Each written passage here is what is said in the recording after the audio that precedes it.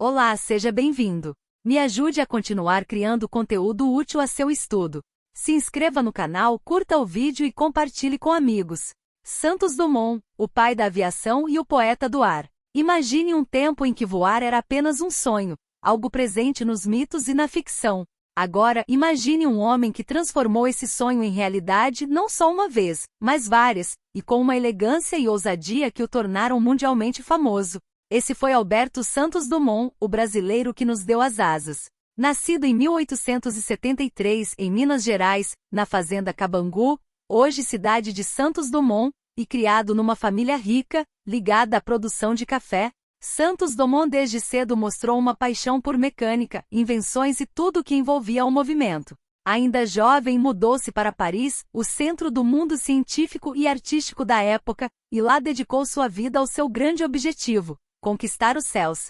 Dos balões aos dirigíveis, dominando o ar. Antes de criar o avião, Santos Dumont já era uma celebridade em Paris.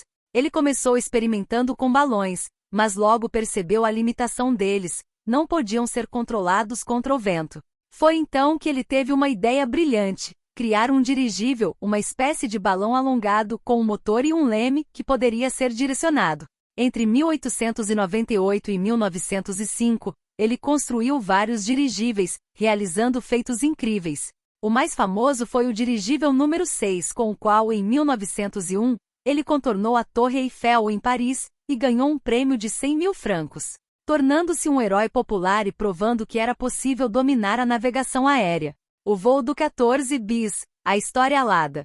Mas o maior desafio ainda estava por vir: criar uma máquina mais pesada que o ar que pudesse decolar por seus próprios meios. E ele conseguiu.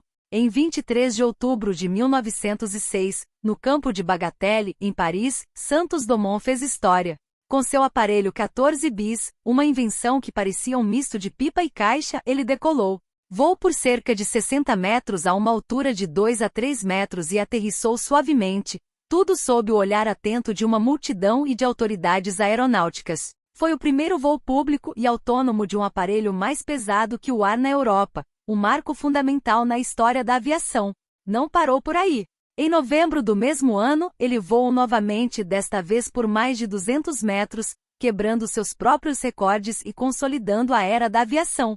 O Demoiselle e o legado de um gênio. Depois do 14 bis, Santos Dumont continuou inovando. Criou o Demoiselle, um dos primeiros aviões compactos e fáceis de pilotar, que serviu de modelo para a aviação mundial. Sua mente inventiva era incessante. Também criou o relógio de pulso para ver as horas sem soltar o manche do avião, o aquecedor a álcool e até o portão de elevador. Santos Dumont era um pacifista e acreditava que a aviação deveria ser usada para o bem da humanidade, para conectar pessoas e culturas. Ele se entristeceu profundamente ao ver seus inventos sendo usados para fins militares durante a Primeira Guerra Mundial. Ele faleceu em 1932, mas seu legado é imortal. No Brasil e em grande parte do mundo, ele é reconhecido como o pai da aviação.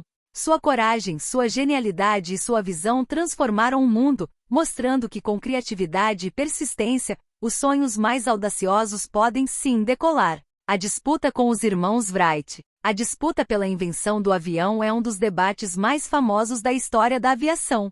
Enquanto no Brasil e em grande parte da Europa Santos Dumont é reconhecido como o pai da aviação devido ao seu voo público e autônomo com o 14 bis em 1906, sem o uso de catapultas ou trilhos nos Estados Unidos. Os irmãos Orville e Wilbur Wright são amplamente creditados por terem realizado um voo controlado e motorizado 3 anos antes, em 1903, com o Wright Flyer. A diferença fundamental está na natureza da decolagem e na visibilidade dos voos. Os irmãos Wright voaram sem a mesma publicidade e documentação formal que Dumont, usando um sistema de trilhos e catapultas para auxiliar na decolagem, o que para muitos na época não configurava um voo autônomo, completo como o de Santos Dumont. Ambos foram, sem dúvida, pioneiros essenciais que revolucionaram o transporte aéreo.